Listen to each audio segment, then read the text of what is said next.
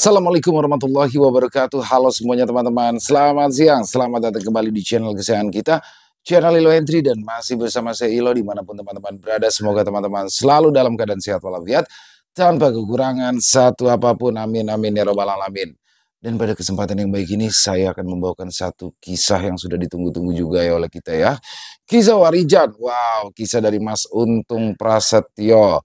Tapi sebelum kita masuk ke dalam kisahnya, buat teman-teman mungkin yang belum subscribe channel Ilo Entry, yuk bisa diklik dulu tombol subscribe ya. Jangan lupa lonceng notifikasinya juga dinyalakan agar teman-teman selalu mendapatkan notifikasi dari konten-konten yang akan kami upload selanjutnya.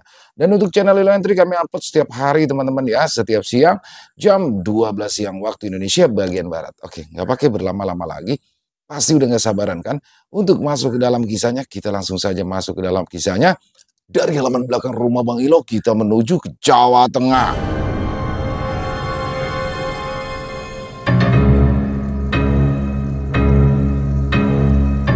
Rumah angker keluarga Patoto. Kisah Warijan.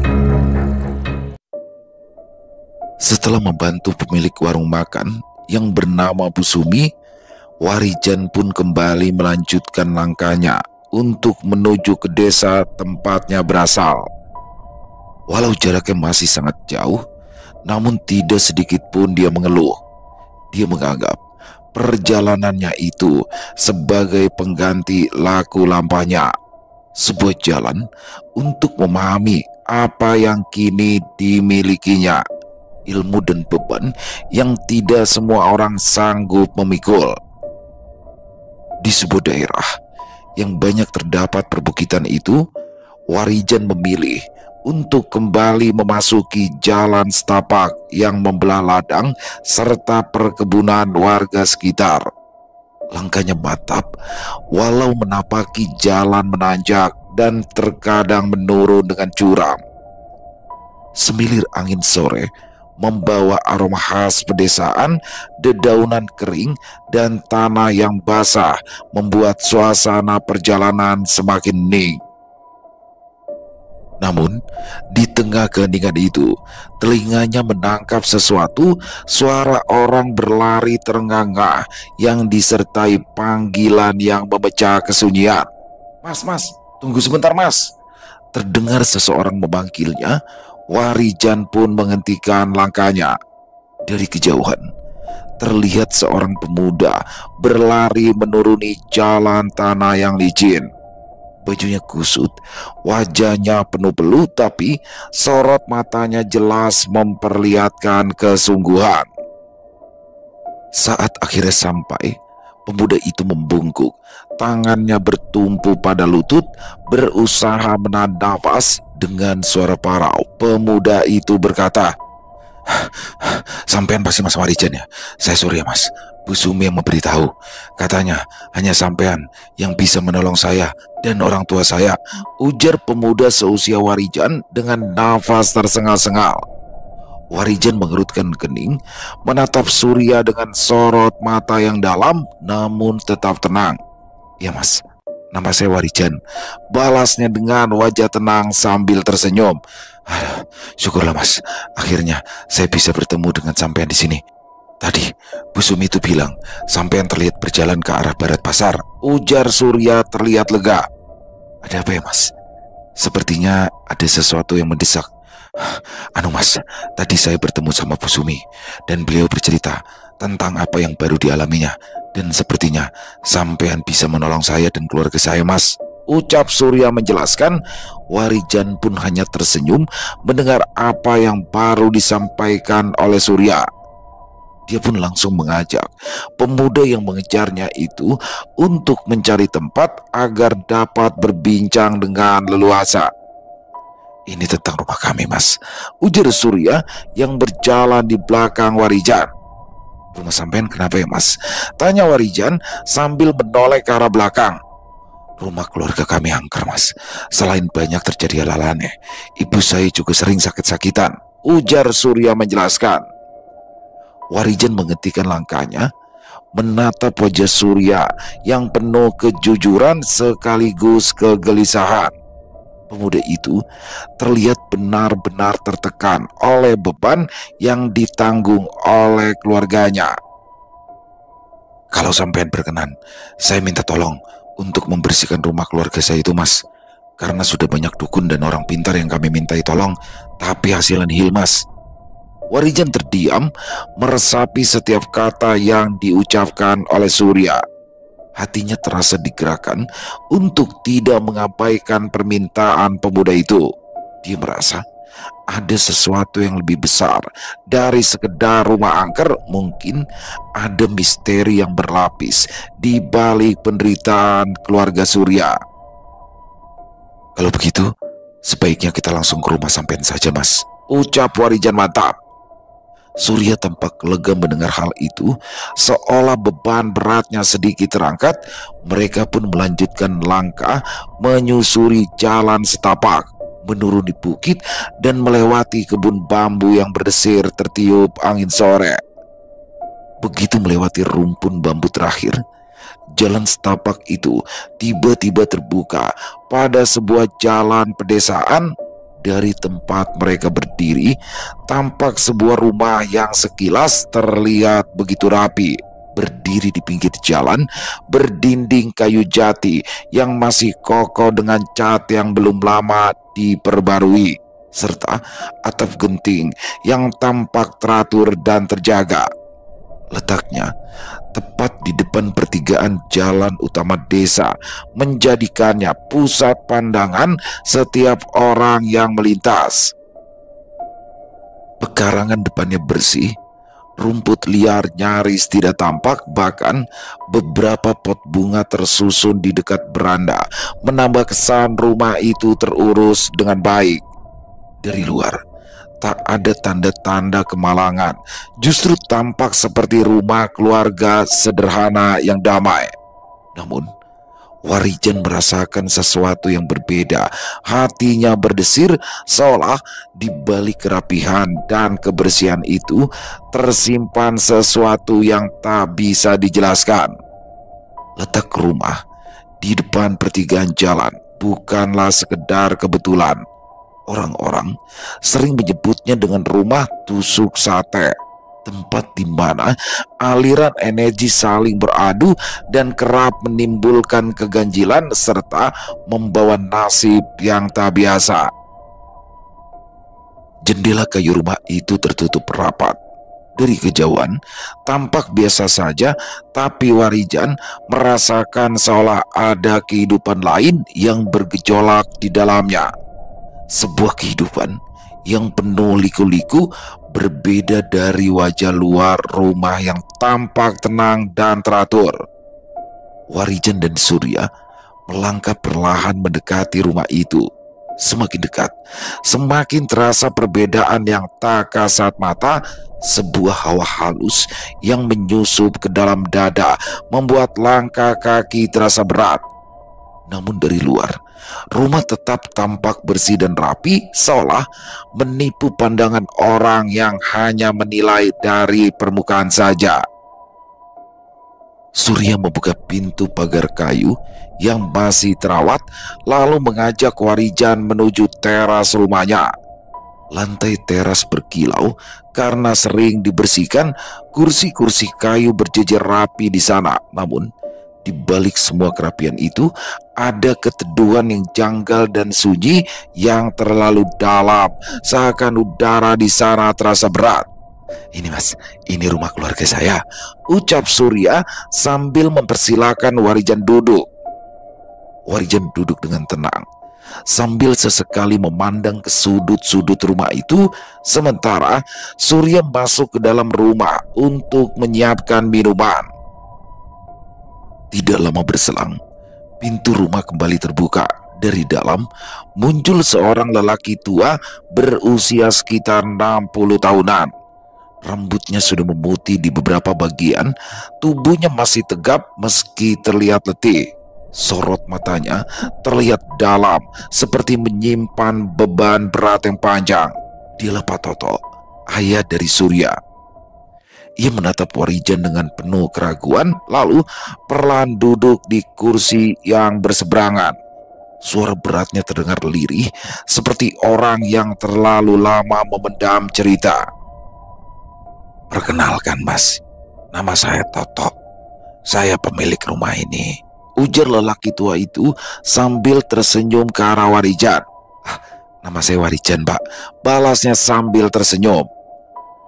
"Sumi sudah menceritakan tentang sampean Mas tadi pagi. Surya bertemu di pasar. Setelah itu Surya meminta izin pada saya untuk mencari sampean. Saya ini orang awam Mas, sama sekali tidak mengerti tentang hal-hal di luar nalar manusia. Tapi saya dan keluarga saya itu sering mengalami kejadian-kejadian aneh di rumah ini," imbuh Pak Toto yang langsung menceritakan tentang rumahnya. "Memangnya sudah berapa lama Bapak tinggal di rumah ini?" tanya Warijan dengan tenang. "Kurang lebih 10 tahun Mas. Tadinya saya tinggal di ujung desa, dekat dengan perbatasan ladang dan perkebunan milik warga. Tapi setelah usaha saya di pasar terus meningkat, saya memutuskan untuk membeli tanah ini dan mendirikan rumah di sini," balas Pak Toto menjelaskan.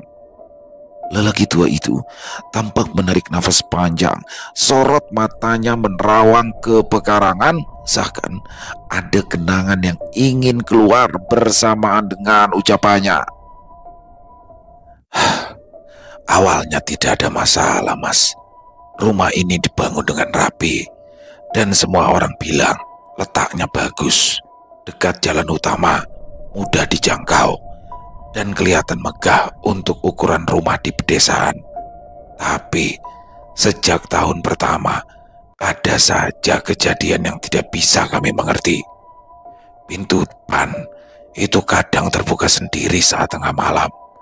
Suara langkah kaki seperti rombongan orang yang berjalan terdengar di dalam rumah. Dan bahkan pernah ada yang datang sore hari, lalu tiba-tiba pulang tergesa-gesa. Katanya dia melihat sosok makhluk hitam besar dengan 2 taring panjang serta mata merah menyala Mas, ujar Pak Toto sambil menundukkan kepalanya.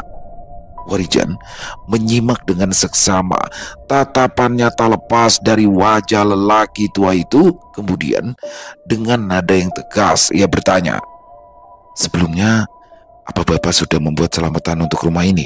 tanya Warijan dengan wajah yang terlihat lebih serius lagi. "Sudah Mas, bahkan lebih dari sekali. Waktu pertama kali menempati rumah ini, saya mengadakan kenduri kecil, mengundang tetangga, doa bersama, semua berjalan lancar. Tapi setelah saya dan keluarga mengalami hal-hal aneh, saya kembali memanggil lagi beberapa orang yang merupakan sesepuh di desa ini untuk memimpin doa di rumah ini. Tapi hasilnya tetap sama. Gangguan itu hanya sebentar mereda, lalu kembali lagi, malah semakin sering," balas Pak Toto dengan tangannya menggenggam lutut dengan erat. "Pernah juga saya nekat manggil dukun dari desa sebelah. Katanya bisa menyingkirkan apapun yang mengganggu. Dia datang, membaca mantra-mantra, membakar kemenyan, dan menaburkan bunga di pekarangan. Malam itu rumah terasa tenang, tapi hanya sebentar. 3 hari kemudian, istri saya justru jatuh sakit.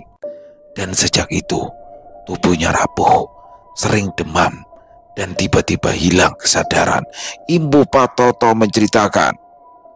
Suasana di teras rumah Pak Toto semakin berat. Warijan memejamkan mata sejenak, mencoba merasakan getaran gaib yang menyelimuti rumah itu. "Saya kadang merasa rumah ini bukan hanya sekedar tempat tinggal Mas, tapi ada sesuatu yang menunggu di dalam. Sesuatu yang tidak suka dengan keberadaan kami di sini.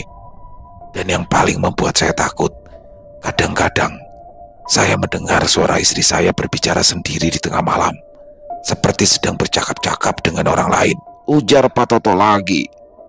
Warijan menatap Pak Toto dengan sorot mata yang dalam, lalu ia berkata dengan pelan, "Kalau Bapak berkenan, Saya ingin melihat keadaan ibu, Pak. Pinta Warijan yang langsung membuat Pak Toto mengangguk seakan memang menunggu permintaan itu. Dia bangkit lalu mempersilahkan Warijan masuk ke dalam rumah. Begitu melewati ambang pintu, hawa berbeda langsung terasa. Ruang tamu itu bersih, tertata rapi, namun atmosfer di dalamnya justru lebih berat dibandingkan di teras tadi. Udara seakan menekan, membuat langkah Warijan melambat sejenak sebelum akhirnya mengikuti Pak Toto menuju sebuah kamar di sisi barat rumah.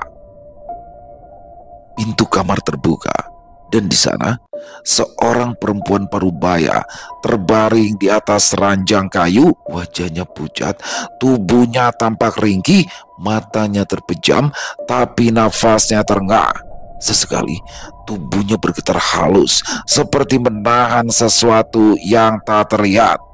Nah, ini istri saya, Mas. Sudah berbulan-bulan keadaannya seperti ini.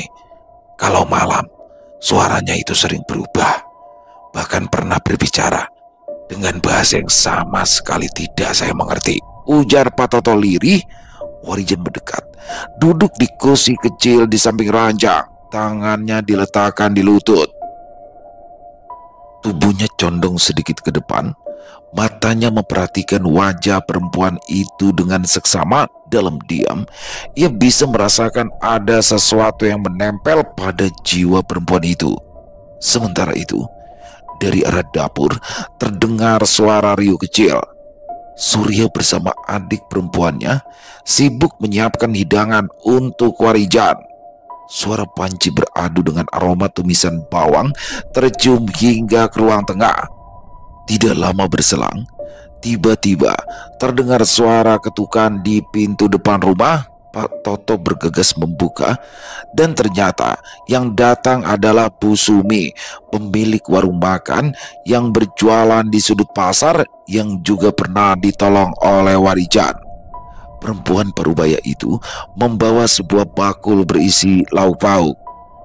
Maafkan saya, Mas, saya jadi membuat perjalanan sampean tertunda, ujar Bu Sumi yang telah berdiri di ambang pintu kamar Pak Toto. Tidak apa-apa, Bu, balas Warijan sambil tersenyum dan menganggukkan kepalanya. Saya ini sepupunya Pak Toto, Mas. Kebetulan tadi pagi setelah sampean pergi dari warung, ponakan saya, si Surya itu datang. Saya ingat dengan keadaan kakak saya ini, ucap Bu Sumi sambil mendekat ke arah Bu Atmi, istri dari Pak Toto. Maka dari itu, saya langsung minta Surya untuk ngejar sampean, imbunya lagi menjelaskan. Hening seketika menyelimuti kamar itu, hanya nafas berat istri Pak Toto yang terdengar. Warijan masih duduk dengan tenang, matanya menatap wajah pucat Bu Atmi yang terbaring lemah itu. Perlahan, ia memejamkan mata, mencoba meresapi getaran gaib yang berputar di dalam rumah, dan seketika bulu kuduknya berdiri. Dia merasa jika memang ada sesuatu yang bersemayam di balik tubuh lemah Bu Atmi. Tiba-tiba, aroma wangi samar menyeruak, mirip bunga kamboja yang baru saja dipetik. Warijan membuka mata, tatapannya berubah lebih tajam. Dia bisa merasakan getaran halus yang seperti berusaha menyembunyikan diri di dalam tubuh Bu Atmi, namun sekaligus memancarkan keangkuhan. Tanpa ragu, Warijan mulai membacakan sebuah ajian yang memaksa sosok yang bersemayam di dalam tubuh Bu Atmi keluar. Dan benar saja, tidak berselang lama, tiba-tiba tubuh Bu Atmi bergerak perlahan. Jemarinya yang kurus menggeliat, matanya terbuka perlahan. Tapi aneh, tatapan itu bukanlah tatapan seorang perempuan lemah yang sedang sakit, tapi sorot mata itu begitu dalam, seperti jurang yang penuh kebencian. Semua mata tertuju pada Bu Atmi yang kini mulai bergumam dengan suara asing yang keluar dari mulutnya. Tubuhnya tampak kaku, namun dari jemari tangannya menjalar gerakan kecil seperti seekor binatang yang hendak mencengkram. Warijan menghela nafas panjang, perlahan maju mendekat. Dia menundukkan kepala sedikit. "Keluar dari tubuh perempuan ini, atau aku akan memusnahkanmu," ucapnya dengan tegas. Tubuh Bu Atmi mendadak menegang hebat. Dari mulutnya keluar geraman panjang, bukan hanya satu suara. "Ah, kau pikir akan dengan mudah mengeluarkan aku dari sini?" ujar suara yang terdengar dari mulut Bu Atmi. Warijan tidak berhenti. Dengan mata terpejam, dia memutar energi di dada, memusatkan ajian Sindung Geni menjadi energi api halus yang menari di sekitar telapak tangannya. Gumaman di mulut Bu Atmi berubah menjadi raungan marah. Bersamaan dengan itu, suasana kamar seketika seperti diterjang badai. Angin menghempas tirai. Aroma Kamboja yang semula samar tiba-tiba menyeruak dan menusuk hidung. Cahaya dari luar jendela berkelebat, seperti ada sesuatu yang bergerak cepat di sana. Perlahan-lahan, bayangan hitam mulai muncul di udara, tepat di sebelah ranjang. Bayangan hitam itu berputar, menebalkan udara hingga terasa seperti kabut pekat. Dan dari pusat bayangan itu muncul sepasang mata merah menyala, menatap Warijan penuh dendam. Warijan membuka mata, lalu membentangkan kedua telapak tangan sedikit ke depan dengan suara yang lebih dalam. Dia menggabungkan ajian Sindung Geni dengan ajian Pambungkem Sukma ke dalam rapalannya. Setelah itu, dia menekankan energi ajian itu untuk memaksa sosok makhluk yang bersemayam di dalam tubuh Bu Atmi keluar, lalu mengikatnya ke wadah yang aman. "Keluar dari dalam tubuh ini, atau aku akan membakarmu," seru Warijan dengan tegas. Pak Toto dan Bu Sumi terlihat sangat ketakutan dengan apa yang terjadi di kamar itu. Mata Pak Toto membesar, urat-urat di lehernya menegang, nafasnya tercekat seperti orang yang lupa cara bernafas. Tangannya gemetar, meraih ujung kain sarungnya dan menggenggamnya dengan erat. Setiap kali suara gemuruh dari mulut Bu Atmi pecah menjadi raungan. Tubuhnya tersentak seolah ada jarum-jarum tak kasat mata yang menusuk dadanya. Bu Sumi yang biasanya kuat kini terkulai lemas, bahunya bergetar, pipinya basah oleh air mata. Dia menempelkan telapak tangan ke dada, berusaha menahan detak jantungnya sendiri. Bayangan hitam yang kini berada tepat di atas kepala Bu Atmi mulai mengerang. Sosok makhluk yang sudah lama bersemayam dalam tubuh istri Pak Toto itu tidak mudah menyerah dan melakukan perlawanan. Dengan melepaskan gelombang energi yang mengarah ke tubuh Warijan, namun Warijan yang sudah sangat berpengalaman tidak bergeming. Energi serangan itu terpental karena tubuh Warijan sudah dilindungi oleh pagar gaib. Bayangan hitam itu kembali menjerit. Suaranya membuat kaca jendela bergetar, tirai berkibar lebih keras, hingga gantungan di sudut kamar ikut bergoyang. Dari tubuh Bu Atmi, asap tipis mulai mengepul, menandakan ikatan makhluk itu mulai terlepas. Pak Toto yang sudah tak kuasa untuk berdiri tegak terlihat duduk di lantai, punggungnya menempel ke dinding, tangannya terulur gemetar seolah mencari pegangan. Sementara Bu Sumi semakin terisak, tubuhnya gemetar tak terkendali. Sekejap kemudian, Warijan merapatkan kedua telapak tangannya di depan dada, lalu menekannya kuat ke depan. Cahaya merah kemasan dari ajian Sindung Geni melesat seperti pusaran api. Cahaya itu membelit bayangan hitam yang berusaha kabur. Makhluk itu menjerit, matanya menyala semakin garang, lalu mencoba menjerat leher Warijan dengan energi yang tersisa. Namun dengan tenang, Warijan kembali menggerakkan kedua tangannya dengan cepat. Dia mengunci energi hitam dari sosok makhluk gaib itu, lalu mengurungnya ke dalam sebuah batu berwarna hijau yang selalu dibawanya. Suasana kamar yang tadinya penuh kengerian kini perlahan tenang. Tubuh Bu Atmi yang semula tegang kini terkulai lemas, nafasnya tersengal namun lebih teratur. Warna wajahnya yang pucat mulai berangsur kembali meski peluh dingin masih membasahi dahinya. Pak Toto segera meraih tangan istrinya, menggenggamnya dengan erat. Bu Sumi yang sejak tadi lemas dengan tubuh bergetar mendekat perlahan, kedua tangannya gemetar ketika ia menatap batu hijau yang kini berkilau samar di tangan Warijan. Warijan menatap batu hijau itu dengan sorot mata tajam. Cahaya samar dari dalamnya berdenyut persis seperti detak jantung makhluk yang terjebak. Dia kemudian merapal doa, lalu dengan tenang memasukkan batu tersebut ke dalam kantong kain hitam yang ia ikat dengan simpul khusus. Begitu simpul itu tertutup rapat, cahaya dari batu itu padam. "Apa sudah selesai, Mas?" tanya Pak Toto dengan suara pelan. "Belum, Pak. Saya baru mengeluarkan sosok makhluk yang sudah lama bersemayam di dalam tubuh Bu Atmi saja.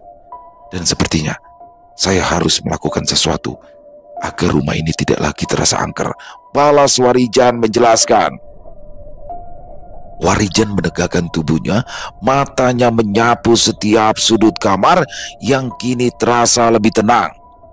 "Jadi, apakah masih ada makhluk gaib lainnya, Mas? Padahal yang tadi saja sudah begitu menakutkan ya?" tanya Pak Toto dengan wajahnya yang pucat diliputi resah. "Iya, Pak. Tapi sepertinya makhluk-makhluk itu tidak menempati rumah ini. Tapi ada sesuatu yang membuat mereka datang ke rumah ini," balas Warijan menjelaskan. Setelah suasana kembali normal, Warijan pun keluar dari dalam kamar. Udara malam menyambutnya di teras rumah. Dia berdiri sejenak di bawah cahaya lampu yang temaram, menatap pekarangan rumah yang tenang. Kemudian ia duduk di kursi kayu panjang di teras, menarik nafas panjang sambil menutup mata. Di dalam dirinya, ia mencoba meresapi jejak-jejak energi yang masih melekat di rumah itu. Meski makhluk yang bersarang di tubuh Bu Atmi sudah berhasil ia keluarkan, Warijan merasakan ada pusaran gaib lain yang lebih halus, lebih samar, tapi jauh lebih tua, seolah menarik segala keganjilan ke rumah tersebut. Tidak lama kemudian, Pak Toto menyusul keluar. Lelaki tua itu tampak kelelahan, tapi juga dipenuhi rasa syukur. Ia duduk di samping Warijan. "Terima kasih banyak sudah mau menolong keluarga kami, Mas," ucap Pak Toto sambil menghela nafas lega. "Iya, Pak, sama-sama. Sudah menjadi kewajiban saya untuk membantu orang-orang yang membutuhkan," balas Warijan sambil tersenyum. Dari dalam rumah terdengar suara Surya dan adiknya bercampur dengan tawa kecil Bu Atmi. Suara tawa bahagia yang sudah lama tidak terdengar di rumah ini kini hadir kembali setelah kejadian menegangkan tadi.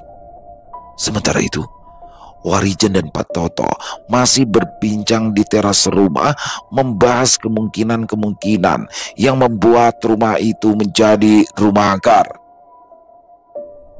Rumah ini sebenarnya tidak benar-benar dihuni oleh makhluk halus, Pak. Yang saya rasakan, rumah ini lebih seperti pusat persimpangan atau tempat aliran energi bertemu dan berbenturan. Letaknya di pertigaan jalan, membuatnya seperti magnet. Makhluk-makhluk itu datang bukan karena rumah ini kosong, melainkan karena ada sesuatu yang menjadi pengikat di sini, ujar Warijan menjelaskan pada Pak Toto. "Lalu, apa yang harus kita lakukan ya, Mas? Apa saya harus pindah dari rumah ini?" tanya Pak Toto dengan suara parau. "Tidak perlu pindah, Pak. Tapi kita harus melakukan sesuatu untuk membuat persimpangan aliran energi itu tidak masuk ke rumah ini. Dan malam ini, tepat tengah malam nanti, saya akan melakukan tirakatan di dalam rumah ini, Pak," balas Warijan menjelaskan. "Saya akan mencari tahu jalur energi tersebut. Oleh karena itu, saya harus masuk ke alam gaib yang ada di rumah ini," imbu Warijan lagi. Mendengar apa yang akan dilakukan oleh Warijan, Pak Toto menarik nafas panjang lalu mengangguk dengan wajah yang pasrah. Hatinya penuh rasa takut, namun sekaligus ada sedikit kelegaan karena setidaknya sosok pemuda yang baru dikenalnya itu bersedia membantunya. Malam semakin larut, suasana di teras mulai sunyi. Warijan berdiri sejenak, menatap pekarangan rumah yang kini diterpa bayangan lembut dari sinar bulan. Ia menarik nafas dalam-dalam, merasakan getaran halus dari energi yang berputar di tanah dan bangunan rumah. Maaf Pak, nanti setelah saya memulai laku tirakat, sebaiknya Bapak dan keluarga tetap berada di dalam kamar. Jangan mencoba melihat atau ikut campur, walau terdengar suara aneh atau terlihat sesuatu yang tidak biasa, ujar Warijan menegaskan. Pak Toto mengangguk sambil memandang ke arah Surya dan Ayu, lalu menggenggam tangan istrinya yang kini sudah lebih tenang. Sementara Bu Sumi yang merasa ketakutan memilih untuk pulang. Begitu jarum jam menunjukkan tepat pukul 12 malam, Warijan duduk bersila di ruang tamu yang beralaskan tikar. Dia menutup mata dan mulai merapal ajian Rogo Sukmo yang akan membawanya menyeberang ke alam gaib. Perlahan-lahan udara di sekitarnya mulai bergetar halus. Cahaya lembut seperti kabut kemasan muncul dari telapak tangannya dan perlahan menyelimuti tubuhnya. Warijan tetap tenang, nafasnya teratur, tubuhnya kaku, namun pikiran dan kesadaran melayang menembus batas nyata dan gaib. Di sekelilingnya, bayangan dinding dan perabot rumah seakan memudar, digantikan oleh pusaran energi yang bergerak perlahan membentuk jalur-jalur cahaya yang menghubungkan tiap sudut rumah. Di dalam alam gaib itu, Warijan dapat merasakan aliran energi yang sebelumnya tidak terlihat. Energi itu berputar liar di beberapa titik, membentuk simpul dan persimpangan yang menjadi pemicu kedatangan makhluk-makhluk halus. Beberapa simpul memancarkan hawa dingin menusuk, sementara yang lain terasa panas dan berdenyut. Dengan hati-hati, Warijan mulai menelusuri jalur energi tersebut. Setiap langkahnya seakan menembus lapisan-lapisan dunia, menyingkap rahasia yang selama ini membuat rumah Pak Toto menjadi magnet bagi keanehan. Dia merapal mantra ajian pelindung untuk melindungi tubuh sukmanya. Setelah itu, dia merapal ajian lainnya untuk melunakkan simpul-simpul energi yang menimbulkan ketegangan, sekaligus menutup celah yang memungkinkan makhluk halus masuk. Di dunia nyata, di ruang tamu, tubuh Warijan tampak tetap diam, namun aura di sekelilingnya bergetar ringan. Di dalam kamarnya, Pak Toto, Bu Atmi, Surya, dan adik perempuannya hanya bisa menunggu dengan nafas tertahan. Mereka merasakan ketegangan yang menggantung di udara, takut namun percaya bahwa Warijan mampu menyingkap rahasia gelap yang selama ini menjerat rumah mereka.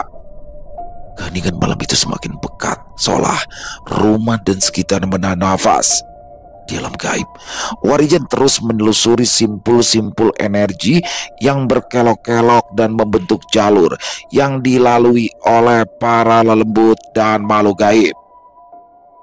Setiap simpul energi berdenyut pelan, saling bertautan membentuk jaringan yang rumit namun harmonis. Ribuan entitas melintas di sana. Ada yang seperti bayangan samar, ada yang seperti titik cahaya bergerak tanpa suara, namun memberikan tekanan halus di dada Warijan.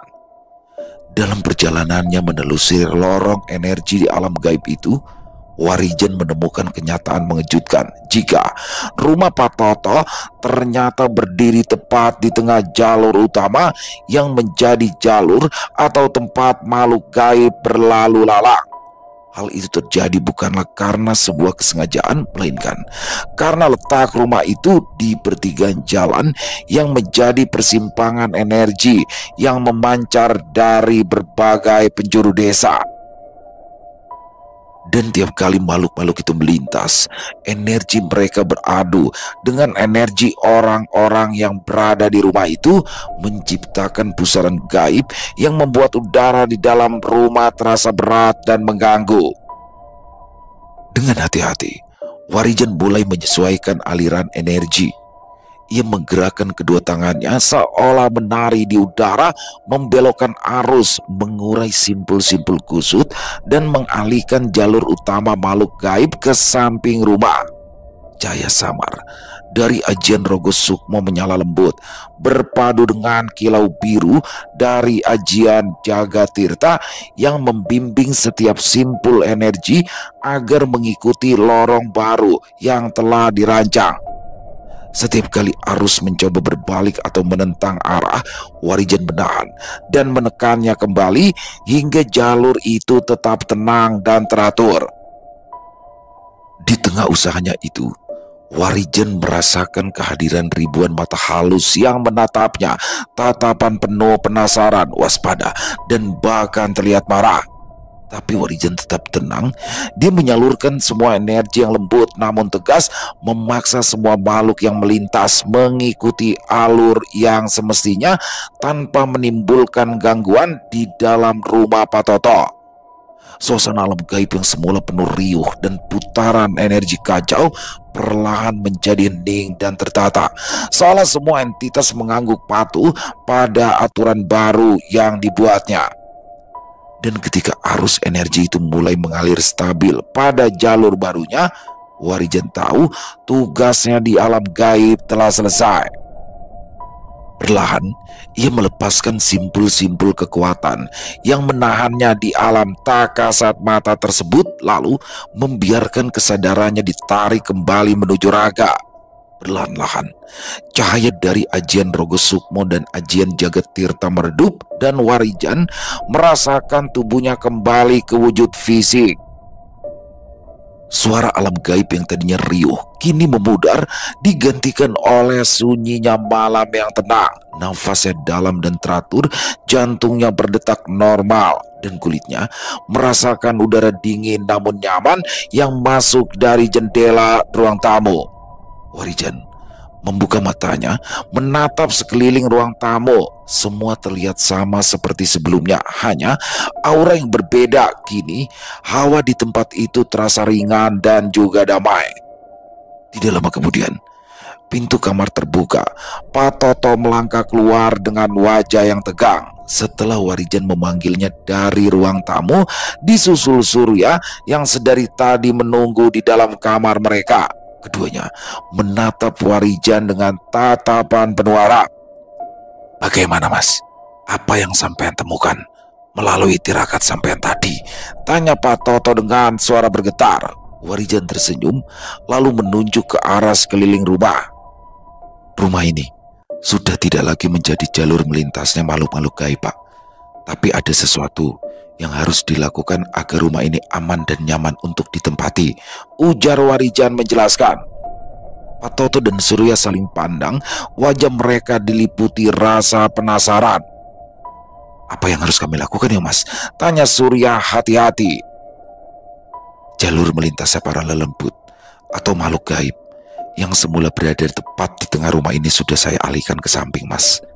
Dan untuk menjaga keseimbangan, maka bagian rumah yang tadinya tertutup harus dibuka. Dan bagian itu tepat berada di kamar Bapak dan kamar Surya. Jadi rumah ini harus segera direnovasi agar jalur melintasnya makhluk-makhluk tak kasat mata itu tidak lagi menabrak kehidupan manusia di dalam rumah ini," ujar Warijan menjelaskan. "Maksudnya kamar itu harus dibongkar, Mas?" tanya Pak Toto. "Betul, Pak. Tapi tidak perlu semua dibongkar. Cukup bagian yang menghalangi jalur itu saja. Biarkan menjadi ruang terbuka seperti halaman depan rumah. Itu akan membuat makhluk-makhluk itu melintas dengan tenang tanpa lagi singgah dan mengganggu," balas Warijan menjelaskan. Malam itu, suasana menjadi hening. Surya menatap ayahnya, wajahnya bimbang. Kamar yang harus dibongkar adalah tempat mereka beristirahat. Tapi melihat ibunya yang kini tertidur damai setelah sekian lama menderita, mereka berdua akhirnya mengangguk. Kalau memang itu yang harus dilakukan, saya rela, Mas. Lebih baik rumah ini berubah bentuk daripada keluarga saya terus hidup di dalam teror, ucap Pak Toto sambil menghela nafas panjang.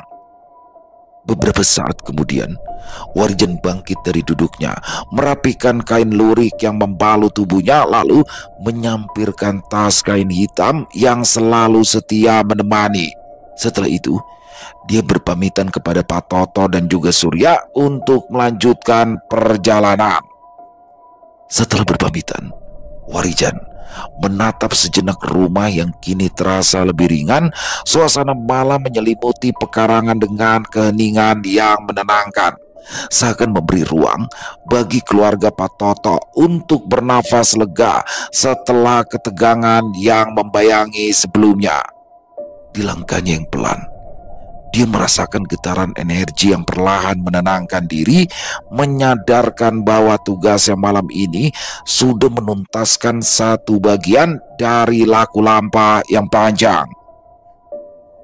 Udara malam yang sejuk dan lembut itu membawa Warijan merenung bahwa dunia ini, meski terlihat biasa di mata manusia, menyimpan rahasia dan misteri yang tak pernah berhenti bergerak. Terkadang ketenangan hanyalah hasil dari keberanian menghadapi kegelapan, dan keteguhan hati yang tak gentar menjadi kunci untuk menyingkap tabir misteri. Malam itu, keluarga Pak Toto bisa merasakan kedamaian yang telah lama hilang. Suara tawa Surya dan adik perempuannya serta nafas tenang dari Bu Atmi kembali memenuhi rumah yang sebelumnya diselimuti ketakutan. Rumah itu kini bernafas lega, sementara Warijan melangkah pergi, membawa pelajaran bahwa keberanian, ilmu, dan kesabaran mampu mengusir kegelapan yang paling pekat sekalipun. Selesai. Oh, luar biasa. Warijan akhirnya berhasil ya menolong Pak Toto sekeluarga. Waduh, Warijan yang bener-bener dia tanpa pamrih dikejar-kejar sama anaknya si Surya, minta tolong padahal dia udah mau jalan. Udah dia balik lagi, dia selesain tuh masalah yang ada di rumah Pak Toto. Jadi di dalam kisah ini rumah Pak Toto ini menjadi lintasan yang ngeri banget ya. Jadi lintasan makhluk gaib tuh. Jadi setiap perlintasan itu nyenggol badan penghuninya, wah jadi dem. Wah ini ngeri banget ya. Dan itu sudah berlangsung selama 10 tahun. Apa namanya, udah mencoba mendatangkan orang pintar siapa, tapi tetap doa bersama tetap. Hingga akhirnya datanglah Warijan ya, dan berhasil menetralisir semuanya. Jadi Warijan cuma kayak ngerubah lintasan doang, mungkin diperboden ya, atau dikasih barrier gitu supaya lu jangan lewat sini nih, lewat sini aja, mungkin begitu ya. Dan dengan satu syarat, rumahnya itu direnovasi di bagian dalam ya teman-teman, di bagian dalam. Jadi yang tadinya kamar itu dijadikan ruang terbuka, karena menurut Warijan ini menjadi apa ya, di situ jadi traffic jam mungkin ya, jadi traffic jam di situ, jadi kemacetan di situ, sehingga kayak berkumpul di situ, sehingga ketika dia dibuat jadi ruang terbuka loss jadinya. Wah luar biasa untuk Warijan. Keren banget Mas Untung Prasetyo, kisahnya dari Warijan selalu ditunggu untuk kisah laku lampahnya ya teman-teman ya. Dan saya sukanya dari Warijan gini, dia selesai satu episode satu permasalahan selesai. Jadi itu yang saya sukanya dari kisah Warijan ya. Dan sekali lagi terima kasih Mas Untung Prasetyo, ditunggu lagi untuk kisah Warijan selanjutnya. Dan semoga teman-teman semua terhibur ya, para pecinta penikmat horor misteri, dan lebih khususnya lagi kepada para subscriber dari channel Ilo Entry. Buat yang suka dengan videonya bisa diklik tombol like-nya, tombol jempolnya, boleh juga dibantu di-share link videonya ini ke teman-teman yang lain agar juga ikut merasa terhibur. Dan buat teman-teman yang mungkin punya pendapat lain, yang mungkin punya komentar lain tentang kisah barusan, silakan bisa menuliskan di dalam kolom komentar atau hanya sekedar saling menyapa. Insya Allah kami akan menjawab satu persatu.